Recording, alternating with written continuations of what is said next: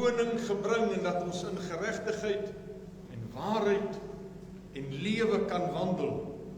U het vir ons die woord gegee as 'n lig vir ons pad en 'n lamp vir ons voet. U het vir ons die woord kom oopmaak en ons kan lees en geniet en elke dag daaruit lewe. Dankie, Here. U het vir ons kom bring genade op genade, liefde in oormaat. U het vir ons kom skenk die heerlikheid van die Here. U skenk vir ons, Here, vrymaking, genesing. U skenk vir ons lewe en oorvloed daarvan. En daarvoor wil ek U loof, Here. Daarvoor wil ek U prys. Daarvoor wil ek vir U sê, Here, ek het U so lief. Here, ek waardeer U so. Here, ek geniet U teenwoordigheid so. Here, ek geniet elke oomblik saam met U. En ek bid vanmôre dat vir wie hier die woord ook al mag wees, dat U so in 'n hart sal werk, so in 'n mens sal werk, en ontmoeting gee en uitkoms gee en vrylating gee, volgens die mate van elkeen se geregtigheid.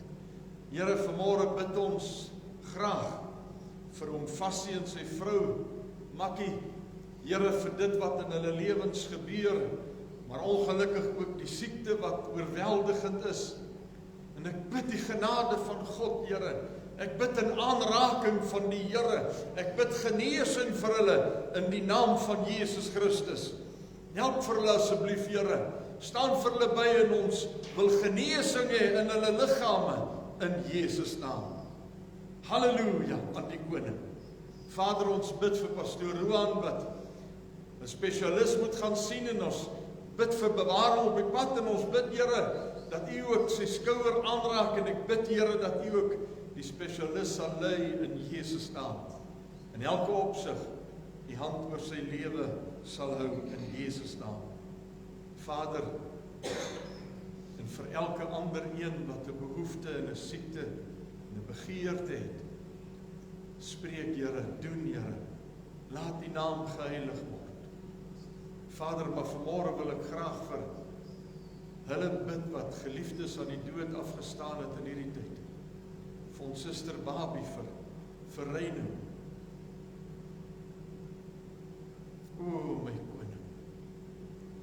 O my koning, vir Marlene. Here, U is God, U is Here, en U is die trooster. En ek bid dat U sal naby staan, sal bystaan, in die naam van Jesus Christus. Vader, aan U die lof en die eer, want U gee lewe, genade en krag, tot in ewigheid. Amen. Kom ons sing lekker saam en ons prys die Here, want Hy is goed en Hy is ons God en ons het Hom lief. Hy is ons meester en ek bly maar opgewonde oor die Here en oor sy goedheid. Give me oil in my lamp, keep me burning, burning, burning.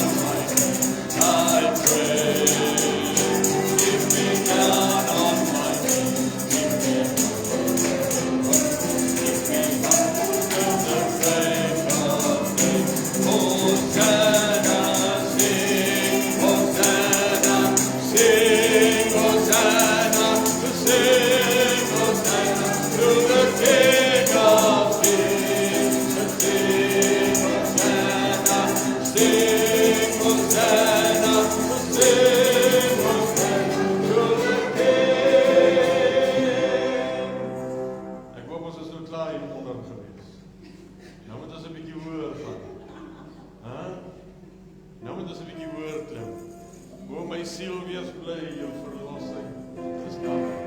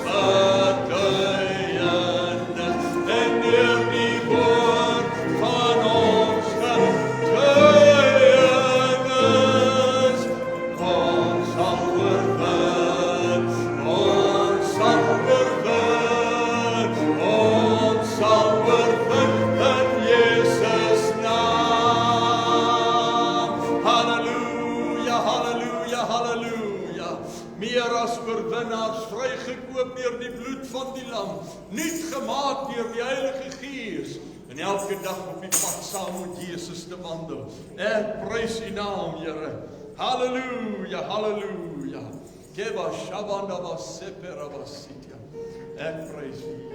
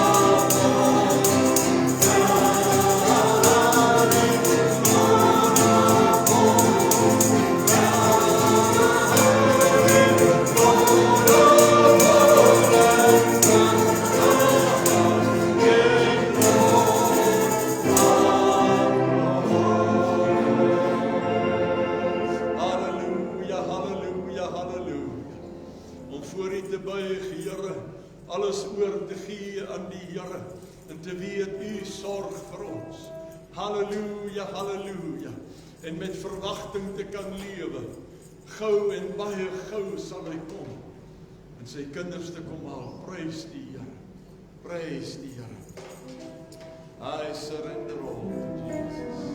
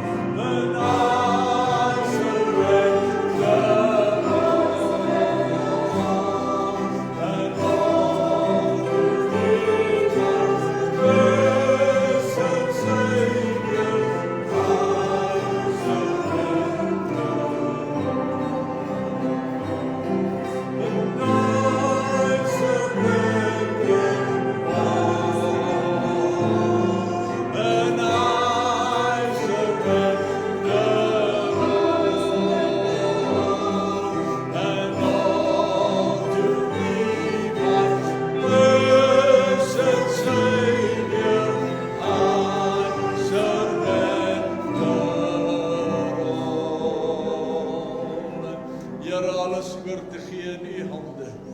My lewe, my oomblik, my toekoms, alles oor te gee in U hande. Here, dit wat ek is en dit wat ek het, oor te gee in U hande. Want die Here is my krag en my psalm. Die Here is my redder, die Here is die Gees. En waar die Gees van die Here is vryheid. O, ek kan bid, ek kan bid. Jesus, U alleen is waardig, Here, om so die lof te ontvang. U alleen is kragtig om ons lewens te lei, Here. U alleen is kosbaar om ons ook so vas te hou in die genade. Ere aan God, halleluja. Halleluja. Kalabashavanavas. Thank you, Jesus. Kiravasanavas.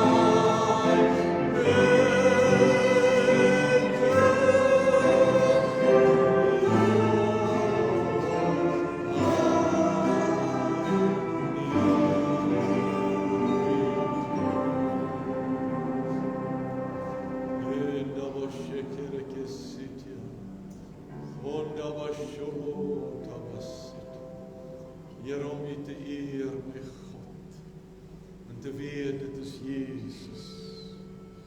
O, dis die krag van God in Jesus. Niks uit onsself uit die Here, maar alleenlik uit die goedheid en die guns en die genade. Alleenlik, Here, dit wat U vir ons bied. Ek prys U naam, ek prys U naam. Want Jesus Christus is ons Here. U is ons koning, U is ons waarmaker van die woord. U is ons lewe, U is alles. And I love you, Lord. And I love you, Lord. I love you, Lord. Jesus. Thank you, Lord. I worship you, Jesus.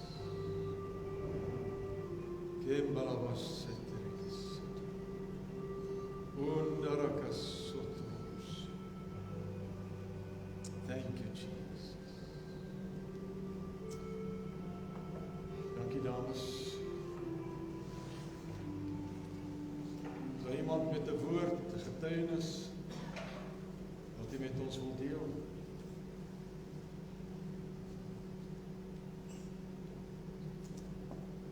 Seun, die vloer is joune. Geniet dit.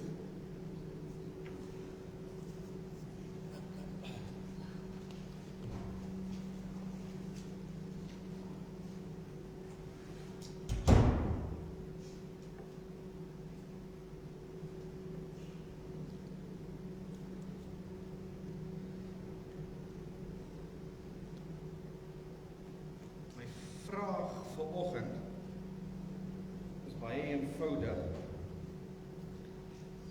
maar ook 'n bietjie dinkwerk om te doen. My vraag vanoggend is: hoekom volg jy nog vir Jesus? Hoekom volg jy vir Jesus? Wat was jou draaipunt geweest? Wat was jou oortuiging geweest? Wat was jou rede dat jy besluit het om vir Jesus te volg? Kan jy nog die dag onthou? Kan jy nog die oomblik onthou? Kan jy nog die rede onthou hoekom jy besluit het jy wil vir Jesus volg? Kan jy onthou wat of wie met jou gepraat het of wat jou oortuig het dat jy besluit het ek gaan vir Jesus volg? Miskien het jy so groot geword en dit was maar net deel van julle familie en deel van julle huis gewees en jy het maar soos ek deur dit gegaan en tot op 'n dag net besluit, maar dis nou hoe dit moet wees. En toe ek 18 was, is ek gedoop. En ek kan dit onthou, ek kan onthou ek het in die kerk gesit en ek kan onthou ek moes gedoop geword het. Ek weet nie, niemand het met my gepraat nie, niemand het dit vir my gesê nie, niemand het my na my toe gekom en vir my gevra, dis nou, dink jy nie, dis tyd nie, ek het net in die kerk gesit, en ek het die gedagte gekry en ek het gedink, dis nou. En ek het sit en dink en ek dink vir myself, hoekom volg ons nog vir Jesus? Waar is jou oortuiging dat jy nog vir Jesus volg? Want wat beteken dit om iemand te volg? Wat beteken dit as iemand, sê nou iemand stap môre by jou werk en hy sê vir jou, stop waarmee jy besig is, kom. Stop alles waarmee jy besig is, kom saam met my. Wat sal hy vir jou moet vertel om vir jou te oortuig om alles te los en om te volg? Wat 'n storie gaan hy vir jou moet vertel? Wat 'n preek gaan hy vir jou moet gee? Wat 'n rede gaan jy moet kry om te sê, weet jy wat? Dis reg, kom ek vat my goed en ek volg hom. Hoekom volg jy nog vir Jesus? As iemand na my toe moet kom en vir my sê, luister hierso, los alles wat jy het en kom agter my aan, dan het ek 'n paar vrae. En my eerste vraag sal wees, waartoe gaan ons? Waarheen is ons op pad? Want ek wil nie iewers heen gaan en dan weet ek nie waartoe ek gaan. En my volgende vraag sal seker wees, maar hoe gaan ons daar uitkom? Wat gaan ons moet doen om dit te bereik, om die eindstemming te bereik? En my volgende vraag sal seker wees, maar hoekom? Hoekom moet ek vir jou volg? Hoekom moet ek agter jou aanloop? Wat 'n rede gaan jy vir my gee om te sê, ek los alles en ek volg vir jou? En dan terwyl ek so deur dit gaan, dan lees ek in Matteus 4.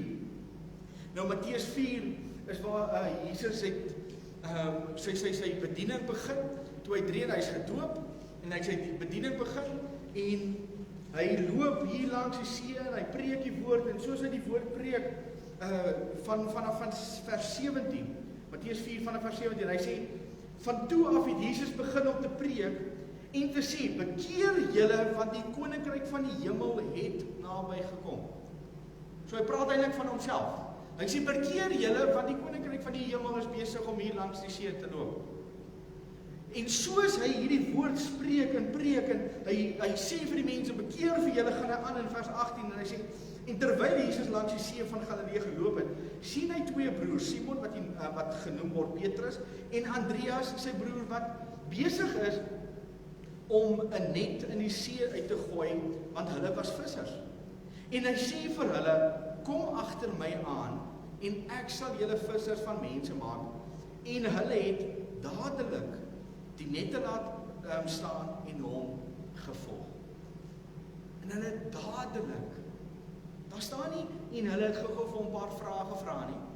Daar staan nie, en hulle het gou huis toe gegaan en met hulle ouers gaan praat, hulle vrouens gaan praat, en gou hulle besigheid toegemaak nie.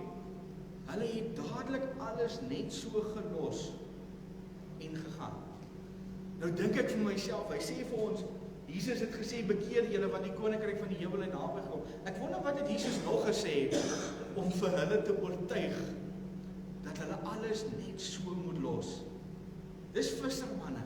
Vissermanne hulle was rof en grof, en hulle het hulle eie ding gehad, en hulle was hulle eie mense gewees, en om vir so 'n visserman dadelik te laat besluit, ek los alles. En in daai tyd, as jy 'n visserman was dit hoogwaarskynlik omdat jou pa 'n visserman was, en jou oupa was 'n visserman, en sy oupa en sy pa, en hulle was ook almal vissermanne gewees. So dit is in jou bloed, dis half deel van jou familie, dis jou familie besigheid. En net so te sê, okay, nou gaan hy aan. Vers 21. En toe hy daarvandaan verder gaan, sien hy 2 ander broers, Jakobus, die seun van Zebedeus, en Johannes sy broer, in die skei saam met hulle vader, besig om hulle nette heel te maak, en hy het hulle geroep, en hulle het dadelik die skei en hulle vader verlaat en hom gevolg.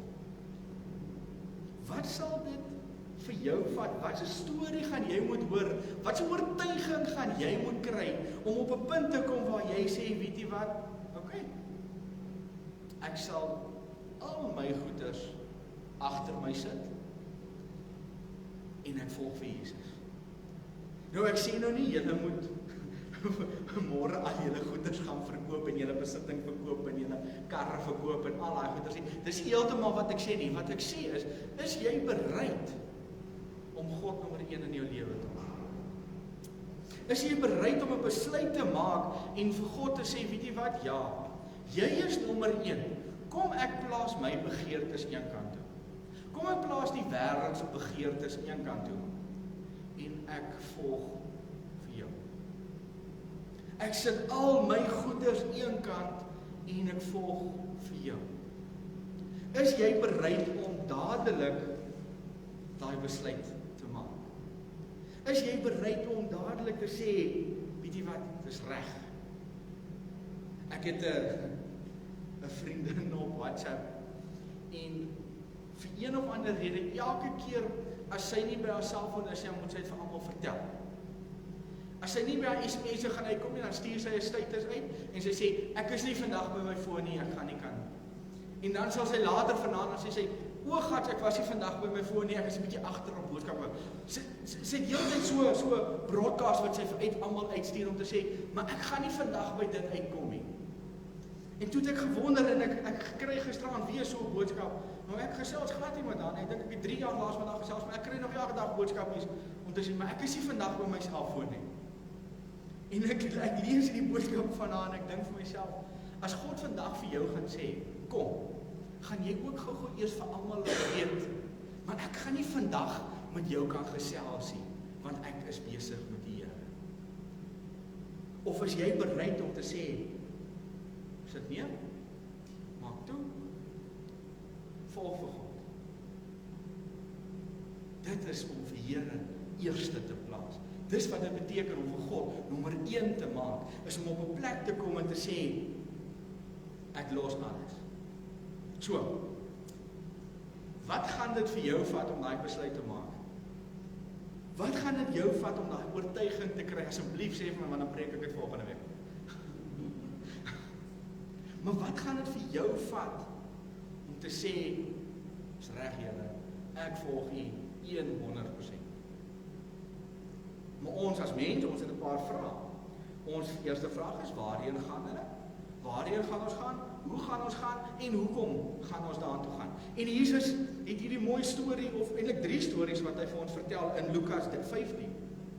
Nou in Lukas 15 vertel hy vir ons die gelykenis van die verlore skaap, die verlore penning en die verlore seun. Nou, dis 3 stories wat eintlik dieselfde betekenis op die einde van die hele. So ek dink maar net eintlik wat hier gebeur het is, Jesus het een keer 'n storie vertel, toe kom hy agter hulle luister nie baie mooi nie, toe vertel hy 'n tweede storie, toe kom hy agter nie hulle luister nog steeds nie, en toe die derde een toe vertel hy nou vir die baie stadiges en sê okay, luister hier is nou eintlik my boodskapie wat ek vir julle wil gee. So hy het hom 3 keer vertel sodat ons hom 3 keer mooi kan hoor. En hy begin met die eerste die van die verlore skaap. Lees aan my Lukas 15 vanaf vers 4.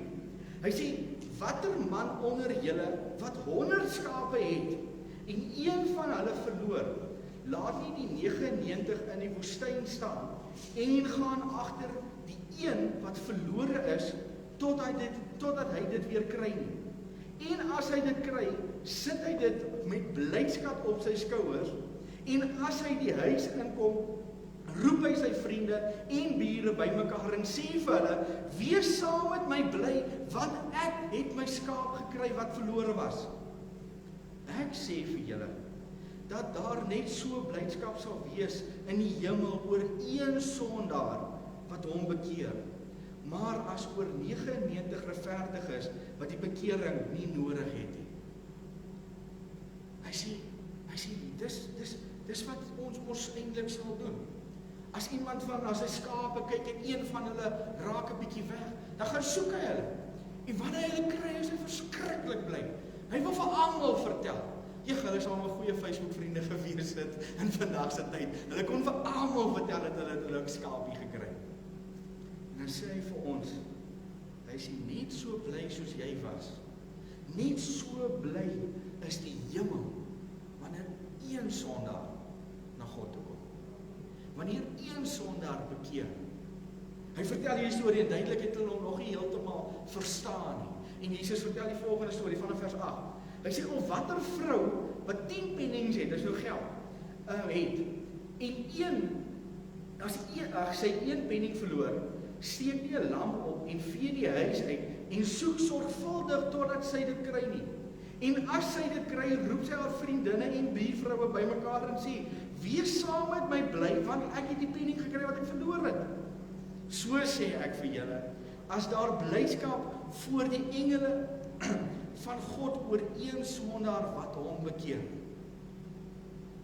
So weer kom Jesus en hy vertel dieselfde storie, maar hy vertel hom 'n bietjie anders, om vir hulle te vertel dat, maak nie saak of daar een van die hele groep weggaan nie. Ons sal hom gaan soek. Want daai een bring blydskap in die hemel aan. Weereens, duidelik het hulle nie mooi geluister nie, of hulle het seker nie mooi gehoor nie, en Jesus begin met sy derde storie. Die meeste van ons ken die derde storie, ek gaan hom nou nie heel weer lees, hy is baie lank, maar meeste van ons ken die derde storie van die verlore seun. Die seun wat sy erf deel gevat het, en hy het hier weggegaan, hy het uit die wêreld ingegaan, en hy het gedink, hy gaan sy eie ding doen, hy het nie sy ouers nodig nie, en hy verloor homself. Tot op die punt waar hy saam met die varke moet eet, waar op die laagste van die laagste is, en hy besluit, nee, ek kan nie meer nie, kan nie so aangaan nie, en hy gaan terug huis toe. En soos hy op die pad afkom, sien sy pa vir hom, en as julle my verlore seun preek, so jaar of 2 terug gehoor het, dan sou ek vir julle gesê het, dit was teen die kultuur gewees vir die pa om te hardloop. Dit was teen hulle kultuur gewees, en die pa breek kultuur, en hy hardloop agter sy seun aan, hy hardloop na sy seun toe, hy tackle hom, en hy soen hom van blydskap, en hy slag die vetkalf, omdat sy seun huis toe gekom het. Die verlore een het huis toe gekom, en daar is blydskap. Nou, hier's 3 stories wat ons hierso lees, en elkeen van hierdie 3 stories gee vir ons half van dieselfde verduideliking, gee vir ons dieselfde rede wat besig is om te gebeur en wat Jesus eintlik wil deurgee. En met dit gee Jesus 3 goedjies. Nommer 1 gee hy vir ons, in die storie is daar iemand soos Jesus of soos God. Dan in die storie is daar mense of iets wat aan die regte kant is, wat aan die veilige kant is, en dan is daar 'n gedeelte wat in die verkeerde kant is, wat verlore is. So as ons nou deur die storie gaan, en ons gaan lees na die skaap wat weggeraak het, dan sal ons sê die skaapwagter, die herder, is soos Jesus. En die 99 skape, hulle is aan die regte kant. Hulle is waar hulle moet wees. En die verlore skaap, die een skaapie, hy is aan die verkeerde kant. En net soos deur die ander. Die vrou word portrei, as ek nou my Afrikaans vergeet, as Jesus. Die ander 99 stukkies geld, pennies, hulle is in die regte plek, hulle is waar hulle moet wees. En as daar ene wat bietjie verlore is. Selfs met die seun, die pa, die beeld van Jesus, dan die een seun aan die regte, hy is waar hy moet wees, hy dalk nie die regte geaardheid gehad, maar hy is waar hy moet wees, soos baie van ons kom kerk toe, maar ons gesindheid is nie altyd so mooi nie. Maar hy is daarom op die regte plek. En dan die ander seun aan die verlore kant. En dan kom Jesus en hy vertel vir ons hierdie storie en hy sê vir ons, hy sê, weet jy wat? My fokus is op die verlore een. My fokus is om daai verlore ene te gaan haal. Om na hom toe te gaan. Julle is gered, julle is reg. Julle loop op die regte pad, julle is in die regte plek. Kom ek gaan haal die verlore ene. Maar wat doen Jesus half in hierdie prentjie? Hy gee vir ons 'n voorbeeld vir die 99. En hy sê vir die 99, kyk, julle is op die regte plek, julle doen die regte ding, maar dis eintlik wat ek wil hê julle moet doen. Daar's een van julle wat weg is. Kom ons gaan haal. Kom ons gaan soek die verlore ene. Nou as jy die 99 vat en daai 99 het elkeen 'n verlore ene gehad, so die nommer op 198 gestaan. En as daai 198 gegaan het en uitgegaan het en hulle elkeen het 'n verlore een gehad, dan is die nommer ewe skielik 396. Imagine net as elkeen in hierdie kerk vandag een persoon kon gebring. En volgende Sondag bring elkeen van daai een nog een persoon. En ons wat hier sit, gaan uit en ons gaan haal die verlores. Ons gaan red die verlore. Wat is ons rigting? Wat is ons doel? Hoekom volg ons vir Jesus? Matteus 28 vers 18. En hy sê vir ons, en Jesus het nader gekom en met hulle gespreek en vir hulle gesê, aan my is gegee alle mag in die hemel en op aarde. Gaan dan heen, maak disippels van al die nasies en doop hulle in die naam van die Vader, die Seun en die Heilige Gees en leer hulle om alles te onderhou wat ek julle beveel het. So, hoekom volg jy vir Jesus? Waartoe is ons op pad? Ons is op pad na die verlore een. Hoekom? Matteus 28 vers 19. Want hy het vir ons gesê, gaan dan en gaan maak disippels van al die nasies. Dit is hoekom ons gaan, dit is hoekom ons daartoe gaan. Dit is ons doel, dit is ons rede. Wanneer ons vir Jesus volg, los ons alles agter en ons sê 100%. Alles. U wil, u rigting, u pad. Kom ons gaan haal die verlore een. Kom ons gaan red die verlore seun. Kom ons gaan red hulle. Baie van ons sê vir onsself is, hoe los ek nou alles agter? Hoe besluit ek nou om te sê, genoeg is genoeg, klaar is klaar, alles is Jesus in. Hoe doen ek dit? Wat gaan ek doen? Hoe kom ek daarin? En typies mens, wat gaan dit vir my gee? Wat is my beloning in hierdie hele sacrifice wat ek nou gaan maak? Om te sê, ek los alles agter. Nou, daar's 'n storie in Lukas 18. Nou, die opskrif in die Bybel vanaf vers 18, hulle noem hom die ryk jong man. Nou, ek noem hom die derde disipel. Want hy, volgens my kon hy die 13de disipel gewees het. Dis hierdie ryk man wat na Jesus toe kom en hy wil Jesus volg en hy wil met alles Jesus volg en hy sê vir Jesus, hy sê ek volg al die 10 gebooie. Ek steel nie, ek pleeg nie moord nie, ek doen niks van daai goeders nie. Ek volg my 10 gebooie. Ek wil vir Jesus volg. Wat moet hy doen? En Jesus met liefde in hom sê vir my, jy kort net een ding. verkoop alles wat jy het en gaan gee dit vir die armes. Alles wat jy op die aarde bymekaar gemaak het, gaan sit aan een kant, gaan gee dit vir mense wat dit nodig het. Hoekom eintlik wanneer jy my volg, het jy niks van daai goeders nodig het? Gaan gee alles weg en volg my. En die man was nie bereid om dit te doen nie. En Jesus sê vir hulle, hy sê, weet jy wat, dit is makliker vir 'n kameel om deur 'n naald se oog te gaan, as om vir 'n ryke in die hemel te kom. Nou net omdat jy baie geld het, beteken nie, jy gaan nie in die hemel kom nie.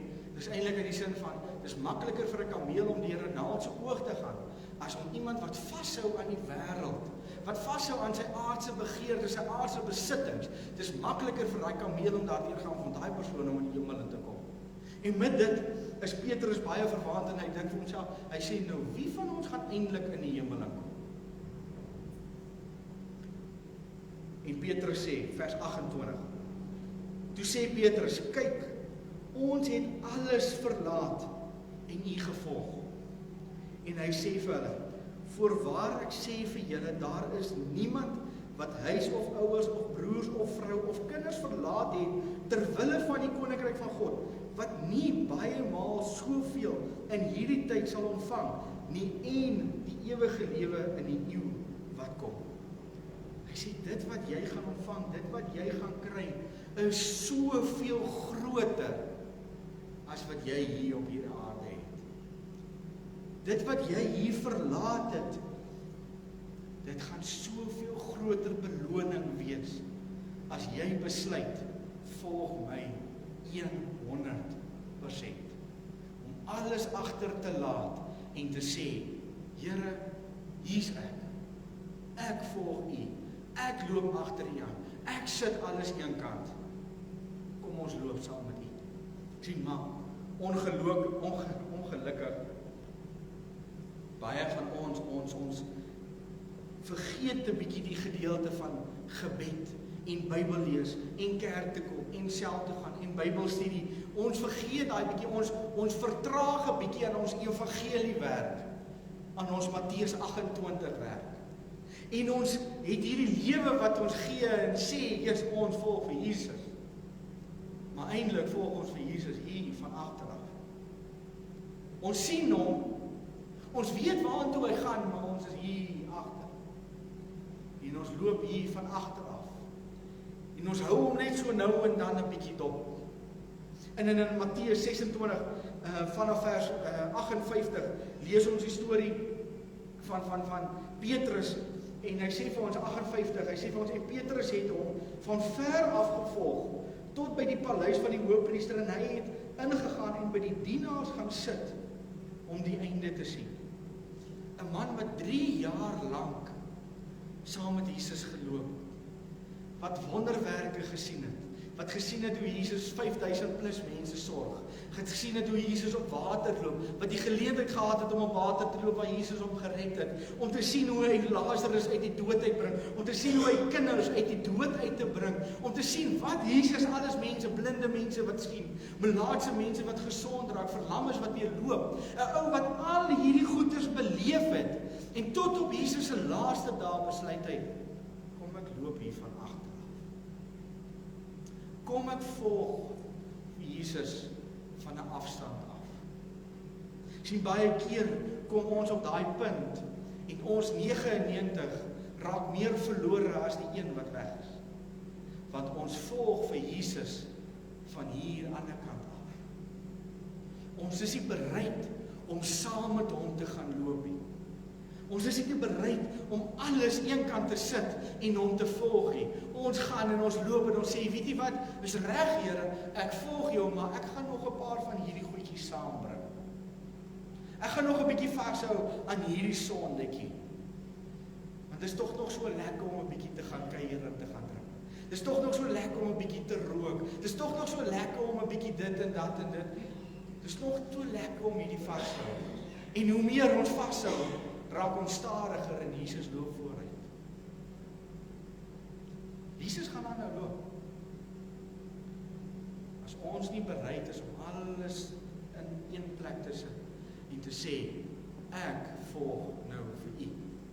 Dan kom ons op dieselfde plek as wat Petrus was, en ons lees vanaf Matteus 26, vanaf vers 69.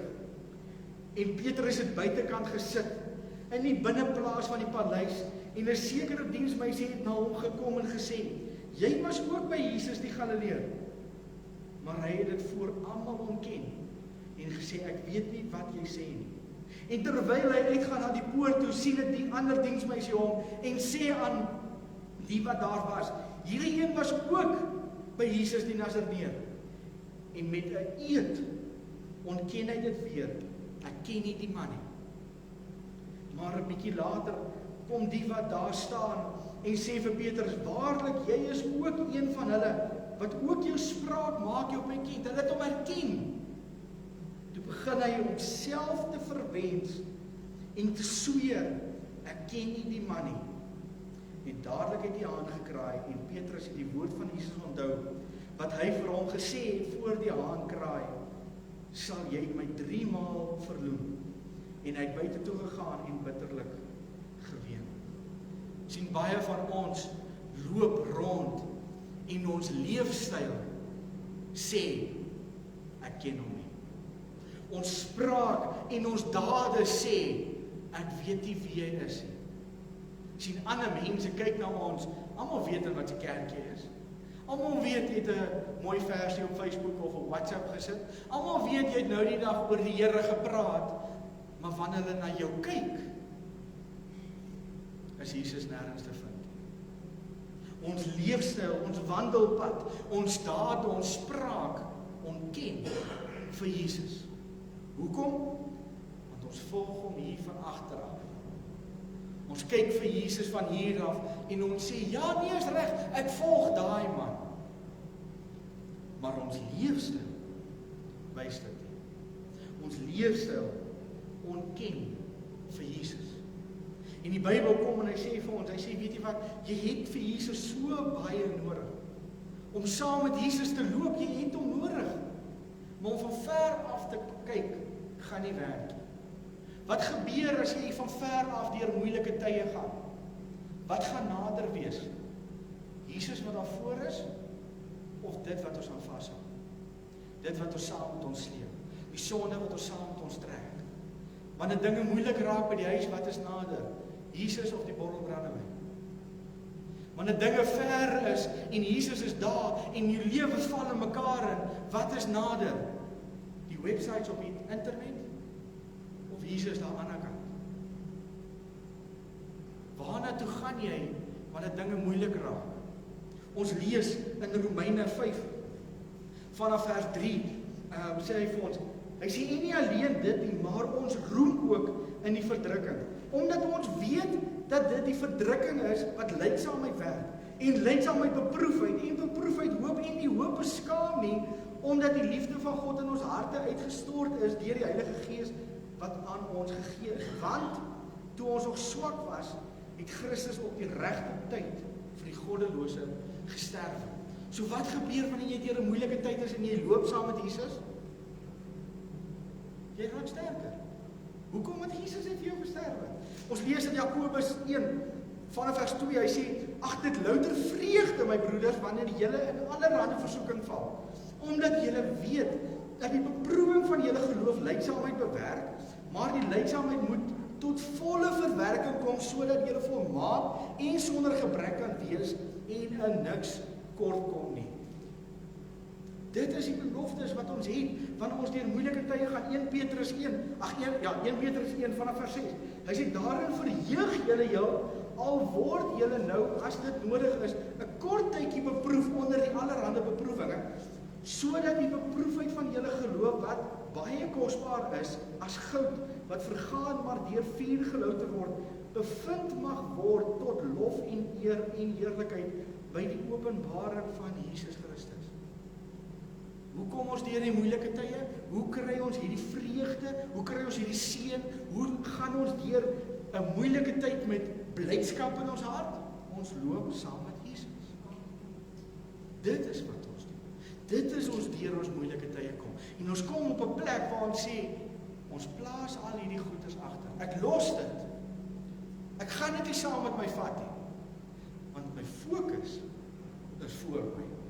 My fokus is op Jesus. Om alles te vat en te sê, hier's op wêreld, ek volg vir Jesus. Hoekom? Matteus 28 vers 18 tot 20. Gaan uit in die nasies, gaan verkondig die woord, gaan maak disippels, gaan doop mense in die naam van die Here en gaan leer vir hulle, sodat hulle kan onthou wat hier gesê is. Dit is ons doel. Dit is hoekom jy vir Jesus gaan volg. Ja, jy wat hier sit. Ja, jy moet uitgaan en die woord verkondig. Jy moet gaan disippels maak. Dit is wat ons verantwoordelikheid is. Dis wat hy vir ons gesê het. Gaan en gaan maak disippels van al die nasies. Dit gaan beteken ja, dat jy met mense moet praat oor die Here.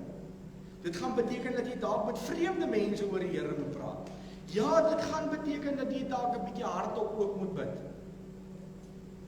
Nee, jy hoef nie die rak toe te trek nie. Jy hoef nie die Amazone toe te trek nie. Jy kan net begin hier waar jy is. Jou sendingwerk kan begin net hier waar jy is. Hoekom? Want jy is deel van die 99. Jy is deel van die 99 en ons verantwoordelikheid is, kom ons volg die voorbeeld wat Jesus vir ons gegee het. Hoekom? Want ons volg vir Jesus. En want ons Jesus volg, doen ons wat Jesus gedoen het, en hy het die 99 verlaat en hy het die een gaan haal.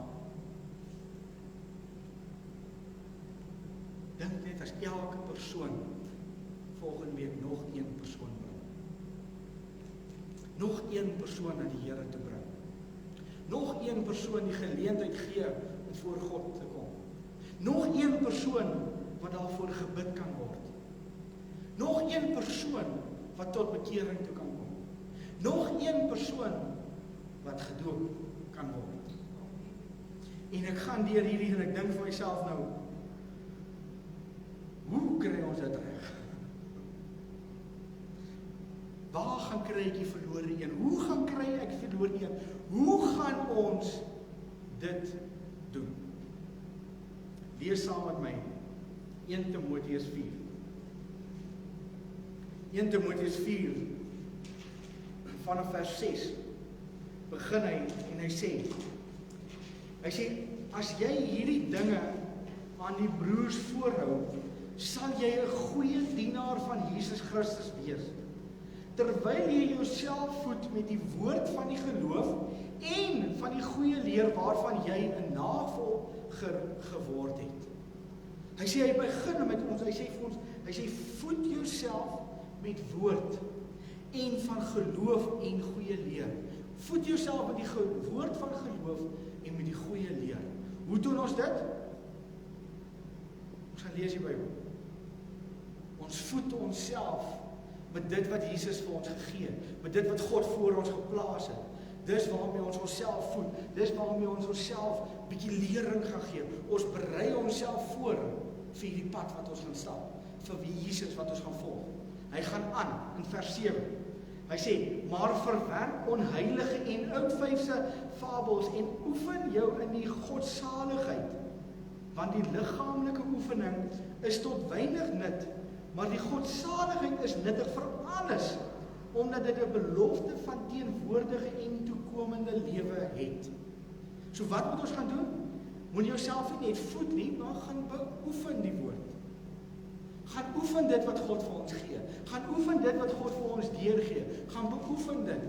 Ek sê in hierdie week, as jy 'n bietjie gaan kyk na die atlete van vandag, hoe hulle nou oefen en hoe hulle tyd in hulle oefeninge insit en hoeveel ure en hoeveel aandag en hoeveel krag hulle in daai oefening insit. As jy bietjie na die rugby gaan kyk en jy gaan kyk na die stoeiers, hulle almal het 'n tyd voor hulle groot geveg, voor hulle wedstryd, noem hulle dit 'n oefenkamp wat hulle op dag gaan. Hulle gaan weg van hulle families af, hulle gesinne af en hulle gaan isoleer hulle self om hierdie voorbereiding te doen vir die groot geveg wat kom. Hierdie stoeiers van vandag met die UFC en so, hulle het tot 'n 4 weke oefenkamp wat hulle opgaan. wat hulle self isoleer van alles en almal af, om voor te berei vir hulle, die persoon teen wie hulle nou gaan beklei. Hulle gaan so ver, hulle gaan bestudeer daai persoon. Waar is daai persoon se sterkpunte? Waar is daai persoon se swakpunte? Die rappiespanne doen dit, hulle gaan sit in kamers en hulle gaan kyk video's van die rappiespanne teen hulle ander wedstryde. Waar het hulle foute gemaak? Hoe het hulle hier gereageer? Hoe het hulle daar gereageer? En hulle berei hulle self voor van hierdie groot beklei, wanneer hierdie groot wedstryd kom, dan is hulle voorbereid. En meeste van die tyd, as jy so voorbereid is, kan jy 'n geveg insit en jy kan wen. Maar, soveel keer in my lewe het ek al gesien, my pa het al fights gekyk, wat vir 25 minute moet aangaan, maar eindig binne 12 sekondes. Want hy was nie voorberei nie. Ons kyk 'n fight van 'n ou nou die dag, wat gesê het, hy gaan net styk, net dit, en hy was so vol, hy was glad nie voorberei wenspan wees nie, want jy het nie jou voorbereiding gedoen nie. Jy het nie jou gebed ingesit nie, jy het nie jou Bybelstudie ingesit nie, jy het nie meer saam met die 99 gewandel nie. Hy gaan aan, vers 9. Hy sê, dit is 'n betroubare woord en werd om ten volle aangeneem te word. Want hiervoor arbei ons ook en word ons gesmaak, omdat ons gehoop het op die lewende God, wat behouder van alle mense, insonderheid van die gelowiges. Vers 11. Beveel en leer hierdie dinge. Beveel en leer hierdie dinge. Jy het tot alle reg om te kom en te sê, iemand leer my van die woord. Wys my hoe werk dit, wys my wat beteken dit. Beveel en leer dit wat in die woord is. Vers 12. Laat niemand jou jonkheid verag nie, maar wees 'n voorbeeld vir die gelowiges. Jonkheid, of jy nou vir 1 jaar die Here volg, en of jy nou vir 20 jaar die Here volg, moenie dat enigiemand dit verag nie, maar wees 'n voorbeeld in woord, in wandel, in liefde, in gees, in geloof en in reinheid. Ek kom terug na my vraag. Hoe gaan ons hulle kry? Hoe gaan ons die verlores red? Hoe gaan ons die verlore seun, die verlore een gaan haal? Deur 'n voorbeeld te wees in woord, in wandel, in liefde, in gees, in geloof en reinheid. Dit is hoe ons die verlore ene gaan haal. Want ons gaan 'n voorbeeld wees as gelowiges. Ons gaan daar saam met Jesus daar voorloop. Hy gaan aan. Vers 14. Verwaarloos nie die genadegawe wat in jou is nie, wat jou gegee is deur die profesie met die handoplegging van die ouderlinge. Wees vlytig in hierdie dinge. Leef daarin sodat jou vooruitgang vir almal duidelik kan wees. Moenie soos Petrus loop waar almal vir hom moet vra. Maar is jy nie deel van daai nie? Ek tog jy's 'n Christen. Ek tog jy ken vir Jesus. Moenie dat jou leefstyl vir God ontken nie. Maar laat dit vir almal duidelik kan wees. Vers 16. Let op jouself en op die leer. Volhard daarin, want deur dit te doen, sal jy jouself red, sowel as die wat jy hoor. Gaan beoefen die woord. Gaan lewe as 'n voorbeeld vir die verlores. Gaan lewe as 'n voorbeeld vir die gelowiges. Hoekom? Want ek red myself en elke persoon met wie ek praat, elke persoon met wie ek te doen kry, wil ek hê moet ook dit hoor en gered word. Hoekom volg ek die Here? Want daar's 'n eindstemming. Daar's 'n plan. Daar's iets waarvoor ek moet voorberei. Hoe gaan ek daar uitkom? Deur 'n voorbeeld te wees in wandel, in gees, in liefde, in alles in my geloof, in my woord, in my reinheid. Dis hoe ons dit gaan doen. Wat gaan ek doen? Ek gaan uitgaan. Matteus 28 vers 19. En ek gaan nasies gaan maak. Ek gaan die disippels van die nasies gaan maak. Ek gaan mense gaan doop. Ek gaan vir mense die lering gaan gee. Dis hoe ek dit gaan doen. Dis hoekom ek dit gaan doen. Dis waarheen ons op pad is. Dit is hoekom ek Jesus volg. Ek sluit af met hierdie storie van die Titanic. Meeste van ons ken die Titanic, meeste van ons het die fliek al gekyk. Ons weet waaroor dit gaan. En ek lees so 'n bietjie en ek kyk getuies van die Titanic en hulle sê dat die Titanic het so 3,5 ure gevat om te sink. Nou dis nou nogals 'n tydjie. 3,5 ure gevat om te sink. En in hierdie 3,5 ure het hulle meer as genoeg tyd gehad om al die lewensbootjies vol te maak en te laat sak. En volgens studie het hulle gesê hierdie lewensbootjies wat op die Titanic was, kon 70 mense gevat het. Elkeen van hulle kon 70 mense bevat. Toe daar navorsing ingesit was, toe kom hulle agter, die volste bootjie was maar 30 mense gewees. En dat meeste van die bootjies tussen 30 tot 12 mense gehad het. Mense het so paniekerig geraak in daai tyd. Al wat hulle gedoen het, is hulle 'n bietjie oor hulle self ge-worry. Hulle wou hulle self gered het. Die ander vat te lank om hier uit te kom, kom ons gaan so lank. 'n bootjie van 70 bevat net 12. En ek lees dit en ek kyk hierdie getuies en ek dink vir myself, Jesus, maar dit klink vir my bekend. Hoeveel van ons loop nie in die wêreld rond en sê, weet jy wat, dit is oké, ek weet waartoe ek gaan. Maar hoeveel vat jy saam met jou? Hoe leeg is jou bootjie? Hoeveel mense is in jou bootjie? Of is jy net bekommerd oor myself? Dis oké as daar iets met my gebeur, ek weet waartoe ek gaan. Ek weet ek gaan hemel toe. Matteus 28. Gaan uit en gaan maak disippels van al die nasies. Nie red jouself nie. 1 Timoteus 4. Hy sê vir ons, hy sê, jy gaan jouself red en almal wat jou hoor. Hoe vol is jou lewensbootjie? Ek lees en ons gaan aan en ek lees die storie van hierdie bootjies wat afgegaan het in die water en wat weggegaan het. En van al die bootjies wat weggegaan het, is daar net een wat teruggekom het om mense te haal. Daar's net een wat omgedraai het en ander mense kom haal het. En in hierdie storie lees ek van hierdie sendeling, 'n Skotse sendeling, wat met die naam van John Harper. Hy was op pad Chicago toe, hy het hierdie groot revival gehad, wat hy vir duisende mense die woord van God sou deurgaan gee. En hy is op die Titanic. En saam met hom is sy 9-jarige dogtertjie, Annie Jessie Harper. Sy was saam met hom op die skip gewees. En hulle was een van die eerstes gewees wat agtergekom het, hier's nou fout op die Titanic. En as ons na die papiere gaan kyk, elke lewensbootjie het 'n persoon gehad wat mense afgemerk het. Soos die mense op die lewensbootjies geklim het, het hulle die name neergeskryf. En op een van die eerste lewensbootjies wat die water ingegaan het, die eerste naam daarop was Annie Jessie Harper. En daar's getuies van hierdie wat in daai bootjie was, wat gesê het hoe die pa John Harper met sy dogtertjie so aangekom het, vir haar soen op die voorkop gegee het, van gesê het, ek sien jou later.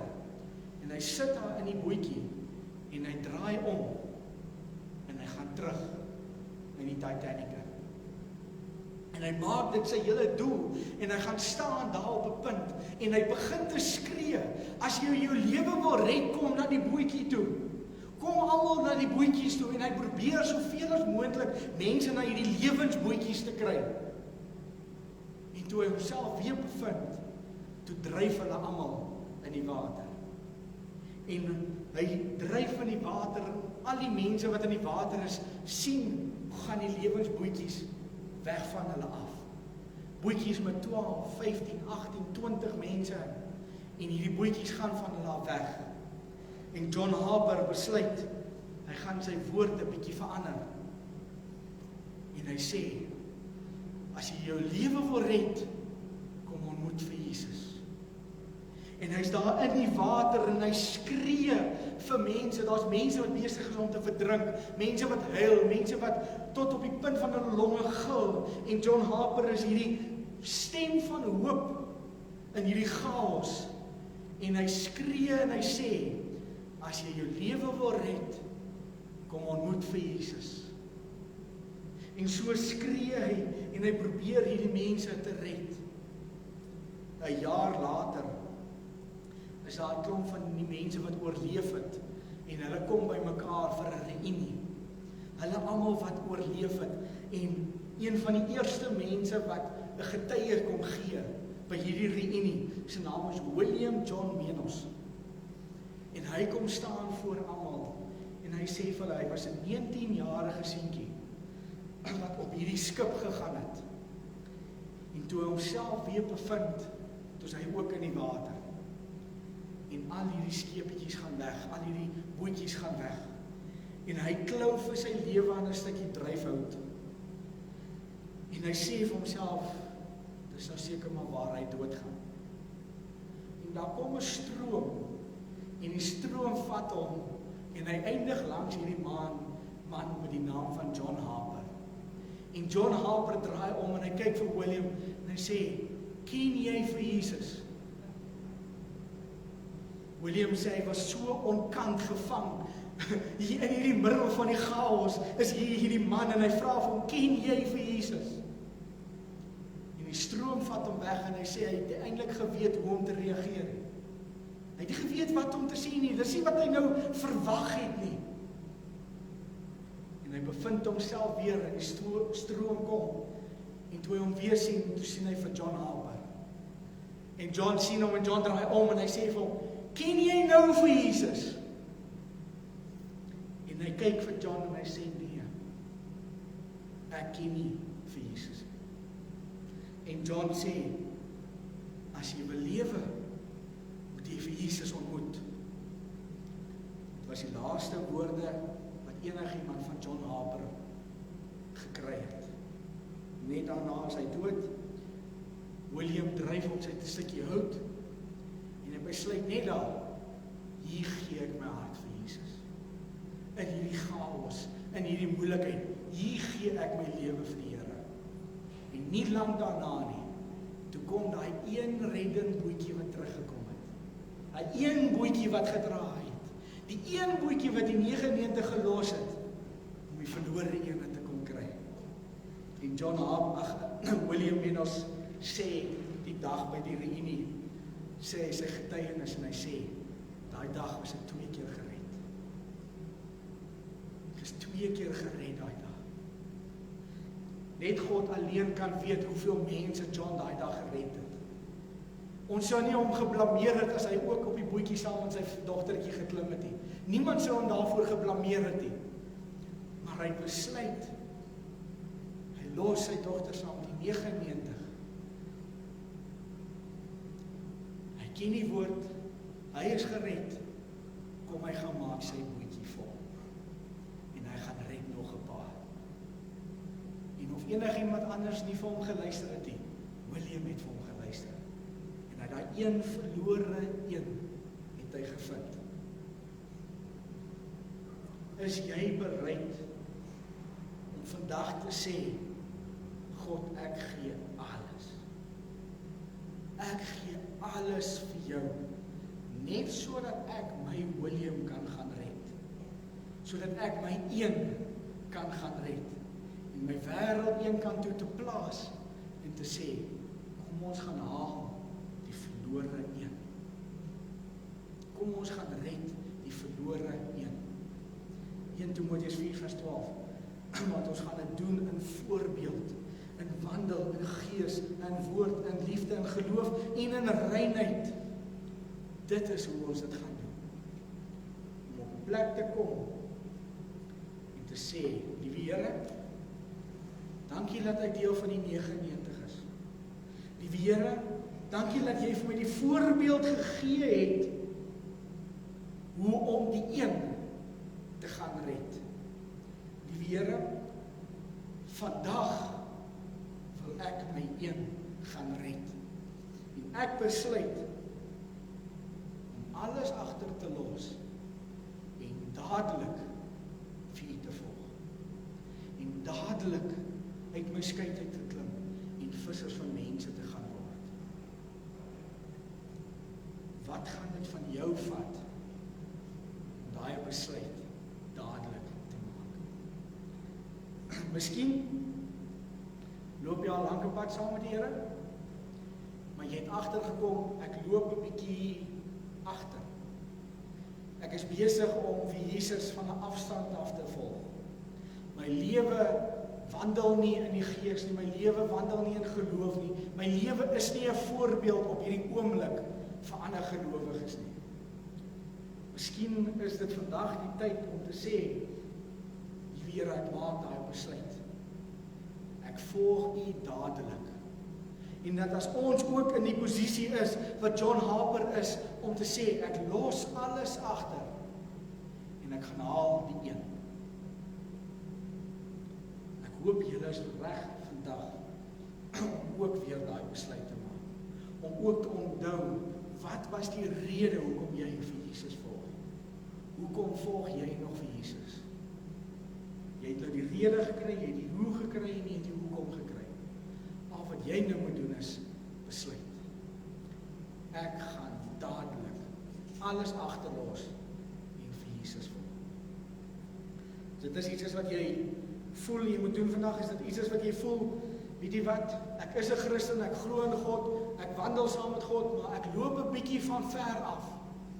Gaan ek vra dat ons staan wanneer ons bid. Ek staan ook hiervoor. Ek het ook al agtergekom, daar's dae wat ek 'n bietjie ver loop. My pad 'n bietjie ver van Jesus af is. Wanneer ek ook heeltemal 'n voorbeeld is in wandel en geloof in alles wat ek doen nie. En ek moet ook maar by die dag kom en die besluit maak en die gebed maak en te sê, ek besluit nou dadelik om alles agter te los en vir Jesus te volg. Kom ons staan en ons bid saam.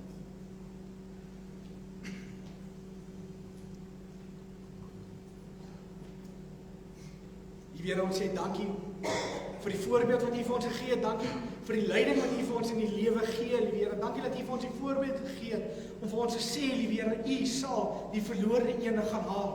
Here, ons sê ook dankie dat U bereid was om ons wat verlore was te kom haal en ons deel te maak van die 99 en die voorbeeld vir ons te gee te sê, gaan haal julle die verlores. Dankie dat U saam ons op hierdie pad is, liewe Here. Liewe Here, dat ons van hier af kan besluit maak en sê, ons wandel in U, ons glo in U, ons plaas alles wat ons het in U en ons los ons verlede, ons los ons lewe, ons los ons sondige natuur agter en ons plaas alles in U om saam met U te loop en saam met U te wandel en alles wat ons doen om dit in U te kan sit, liewe Here.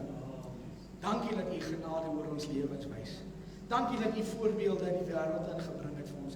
Dankie dat U iemand soos Petrus wat ook agtergewandel het, wat ook nee gesê het. Dankie dat U vir hom ook op 'n punt gekry het waar hy weer terug na U toe gekom het om U woord weer deur te bring, om U mense weer te kom red, liewe Here, dat U genade oor hom gehad het, net so het U genade oor ons. Liewe Here, ons maak vandag hierdie besluit. U ken ons harte. U ken die paaie wat ons stap. U ken ons begeertes. U ken ons gedagtes. Ons plaas dit vandag in U. En ons sê vir U, ons is reg om dadelik vissers van mense te word. Om die verlores te gaan red. Om nog John Harpers in hierdie wêreld te wees. Ons sê vir U dankie dat U vir ons hierdie geleentheid gee om hierdie besluite te maak. Ons bid vir elkeen wat nie hier is nie. Ons bid vir elkeen wat hierdie woord gehoor het nie. Ons bid vir elkeen wat op Facebook kyk, wat op voice notes gaan luister, liewe Here. Ons vra dat U hulle harte sal oopmaak en hulle gedagtes sal oopmaak en dat die Gees in elkeen van hulle sal werk, liewe Here. Dat hulle nie verlore sal gaan nie, dat hulle nie agter sal wandel nie, maar liewe Here, dat hulle deel wees van die 99, liewe Here. Liewe Here, dat ons die geleentheid sal hê om een te gaan red hierdie week, liewe Here. Liewe Here, dat ons die geleentheid sal hê om vir een te gaan bid, vir een van U te vertel, om vir een kerk toe te kan bring, liewe Here. Liewe Here, dat ons die geleentheid sal hê om ons 99 groter te maak. Want ons wandel in U. Wees met ons. Wees genade oor ons. Dankie vir U liefde. Ons bid dit alles in Jesus naam. Amen.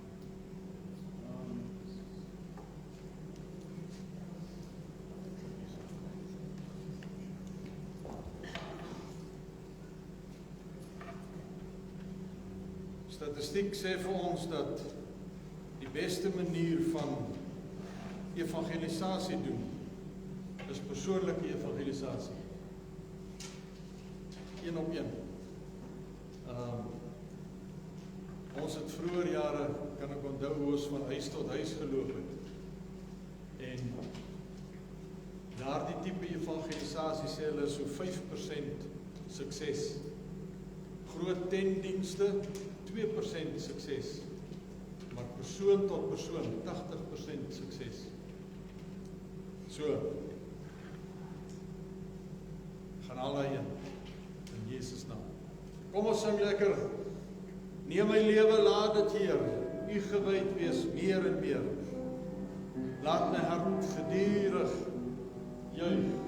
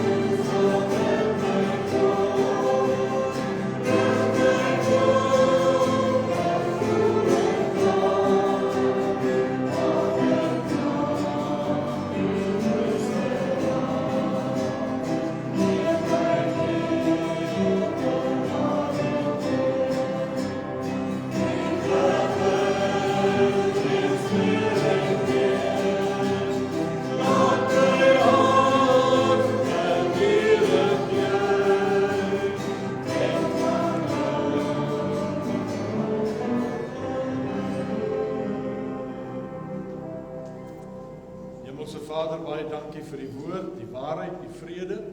Baie dankie vir dit wat U in ons lewens vermag. Dankie, Here, dat U ook vir ons die vrymoedigheid gee, die braafheid gee om te vertel van Jesus wat red, wat genees en doop nog met sy gees. Vader, ek wil ook bid vir broer Kobus vandag, wat ongesteld is. Here, dat U sy liggaam aanraak en versterk en sal seën en genees in Jesus naam. Vader, en die kinders, dat U vrede, U goedheid en die guns oor elkeen rus totdat Jesus kom. Amen. Amen. Word genooi vir 'n koppie tee en 'n beskuitjie. Vrede vir U.